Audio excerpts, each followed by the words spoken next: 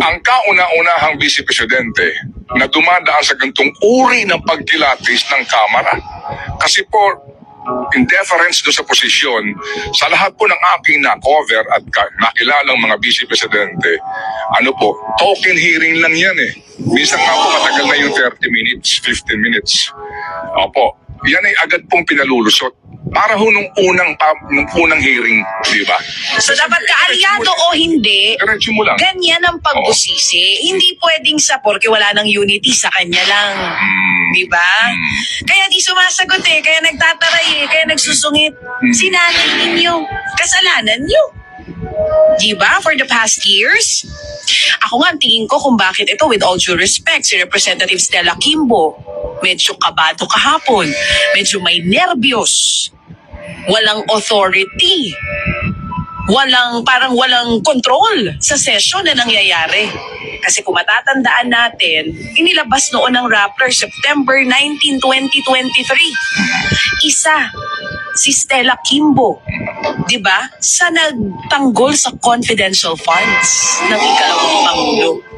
Please, maaari ho bang bayan naman? Isang tabi na ho natin ang personalidad. Kasi lagi tayong ganun eh. Sa tao, ang lumalabas na loyalty mo sa tao, doon sa personalidad, hindi sa bayan. Kaya ho tayo nagkakaganito. Ang focus natin lagi doon sa tao. Dito po ang pinaka-importante, bayan. Bayan naman. Bayan muna. To settle immediately the said disallowance, all right? And audit disallowances not appealed within 6 months from receipt hereof shall become final and executory as prescribed under sections, etc., etc. So, ibig sabihin po, meron na ho dito pinapanagot. At ito pong usapin na ito mga kapatid ay may pakialam tayo kasi pera po ng bayan ito, hindi ho ba? Opo. At nataon naman din na si VP Sara sa ngayon, klaro naman ang lahat na wala na pong unity. Alright? So, ilatag natin po ito sa, kumbaga sa perspective na how do you call that? Na impartial. Okay? So, si VP Sara, sa akin lang pong karanasan, ang kauna-unahang Vice Presidente na dumadaan sa ganitong uri ng pagkilatis ng Kamara. Kasi po, in deference doon sa posisyon, sa lahat po ng aking na-cover at nakilalang mga Vice Presidente, token hearing lang yan eh. Minsan nga po matagal na yung 30 minutes, 15 minutes. Opo, yan ay agad pong pinalulusot. Para ho nung unang hearing, di ba? Okay, nataon naman kasi may basis, kasi may disallowance issue eh. Alright? So yun po ang kinakaharap ni VP Sara. Hindi na ito pangkaraniwan lamang na walang issue dapat na ipukol kasi may basis. And dito ho naman mga kapatid, kapuri-puri na panoorin natin na umaandar ang check and balance. Very clear. Because sabi nga nung isang kongresista na babae, public office is a public trust. Right? Klaro ho naman yan eh. So dito ho mga kapatid, hinahangaan natin na pinaiiral ng Kongreso ang wisdom, ang spirit, ang intent kung bakit po ito ang disenyo ng ating demokrasya. Diba? Ang mga estado. Alright? Ang ating pong tatlong sangay. Yan po ang purpose niyan eh. Check and balance. Kaya kahapon po, nagagalak tayo panoorin.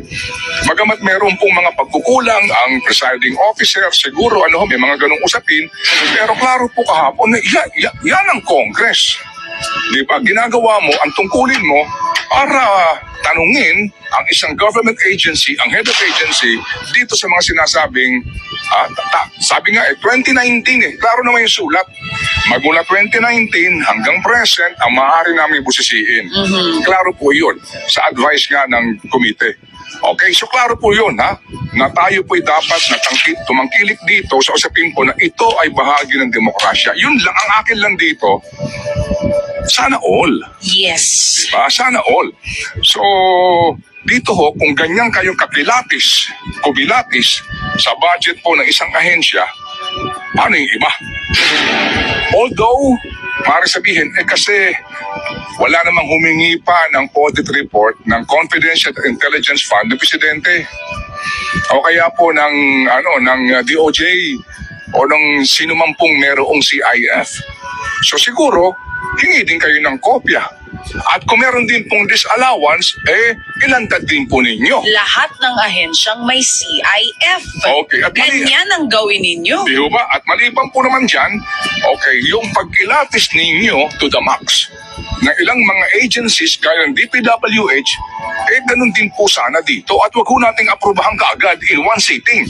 Kasi kahapon po, Defer nyo din. kasi kahapon sabi ko, malamang dito para, di ba, para papabalikin pa dito, Vice Presidente. Tama. After 5 long hours, hindi ho ba talagang I move to defer, di ba? Kumbaga, pabalikin pa natin ito, hindi pa tayo tapos dito. Okay, sige, hanggang